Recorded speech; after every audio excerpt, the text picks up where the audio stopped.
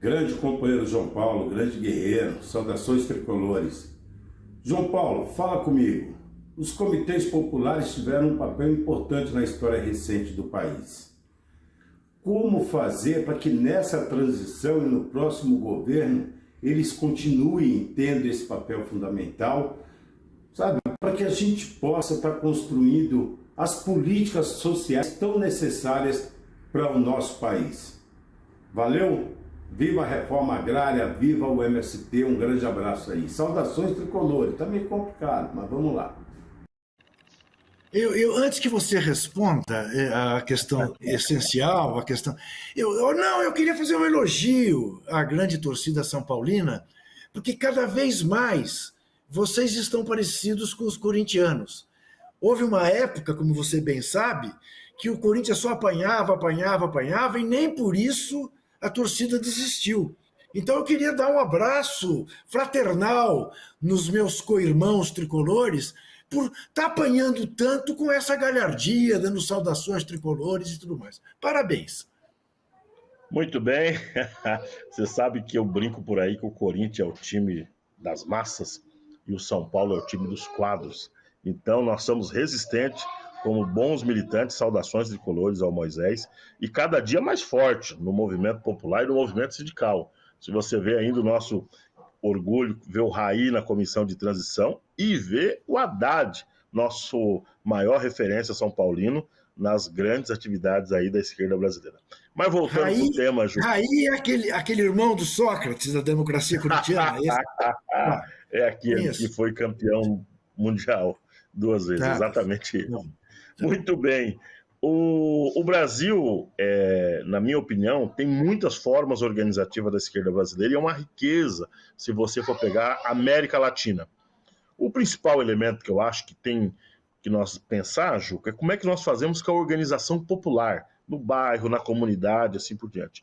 E muitas das vezes o sindicato não chega lá, o partido não chega e nem o movimento popular.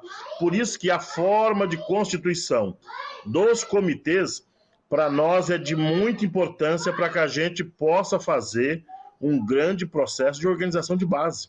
Isso é essencial para a gente ter um grande trabalho de organização popular, de organização dos pobres das periferias.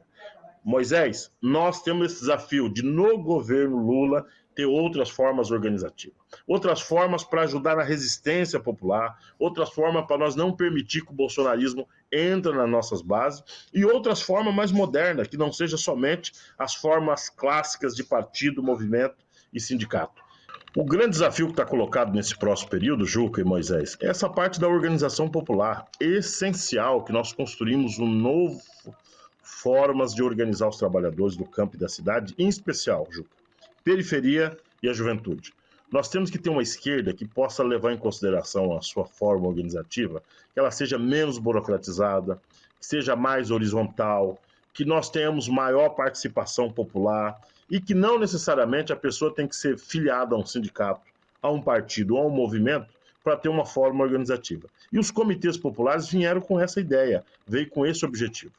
Também nós estamos querendo que nas próximas formas organizativas nós podemos levar em consideração a arte, a cultura e mesmo, por exemplo, o esporte. Você que é da área sabe que tem quantidades imensas de companheiros e companheiras que estão no mundo do esporte que poderiam fazer parte de algum tipo de organização política, mas não tem tempo para estar no sindicato, no partido. Por isso, eu acho que nós temos que inaugurar, a partir de janeiro, novas formas de organização no Brasil.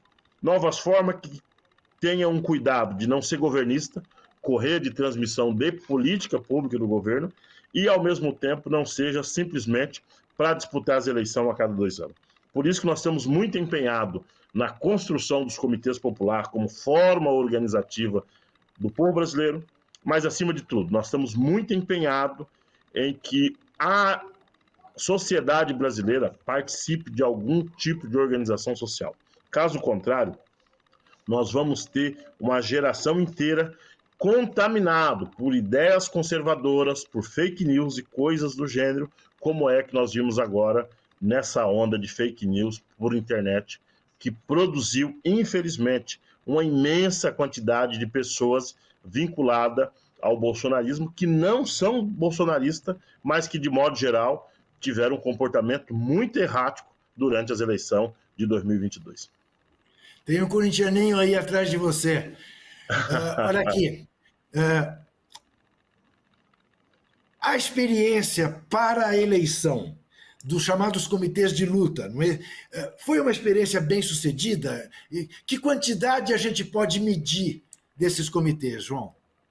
Olha, nós tivemos aproximadamente 7.000 comitês em praticamente todos os municípios do país que foram organizados.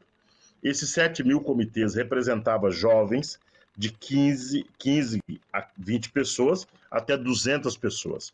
Mas a grande novidade dos comitês foi gente que não faz parte do partido ou do movimento, está participando da política, produzindo conteúdo, ajudando a construir formas de debater o programa do partido e do governo Lula, ajudar a discutir e ser uma resistência contra o fake news.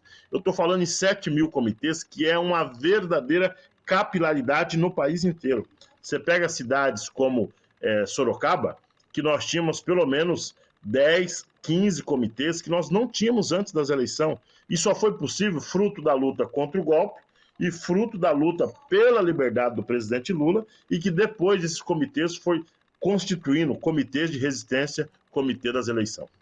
E você diria que esses comitês continuarão a funcionar? Eu estou te perguntando isso por uma razão, e eu não sei se você concorda com essa análise, mas há quem diga que nos 8 anos de governo Lula, mais 5 anos de governo Dilma, nós tivemos uma certa desmobilização da base, porque, enfim, os progressistas estavam no poder, os presidentes dos sindicatos eram bem atendidos em Brasília, e perdeu-se, digamos, aquele caráter mais reivindicatório, de luta mesmo.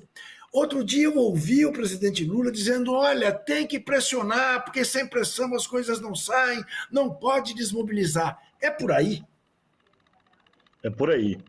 Porque é o seguinte, agora nós estamos vendo um fenômeno, Juca, de uma participação significativa das pessoas que querem ir para a equipe de transição. Você deve ter visto isso. Sim. Todo mundo quer ir na equipe de transição. Acho bonito, sim, maravilhoso. Mais de 300 inscritos, das mais relevantes, importantes e tal. Qual é a questão? Se as pessoas, a nível federal, querem participar da política como estão querendo agora, ela precisa que isso seja transmitido para o restante da população, que deve também querer participar da política agora. Por exemplo, Juca, eu acho que o presidente Lula deveria voltar com o orçamento participativo. Como é que você organiza um orçamento participativo? Tem várias formas, mas o Comitê Popular poderia ter essa tarefa de organizar o orçamento participativo no âmbito federal, no âmbito local. O Lula fez uma pergunta por internet que eu achei óbvia. Voltamos ou não com horário de verão? Beleza. Mas nós temos pelo menos 40 milhões de pessoas que têm uma internet muito precária ou não têm internet, que não conseguem participar de uma consulta como essa, que os comitês populares poderiam ajudar.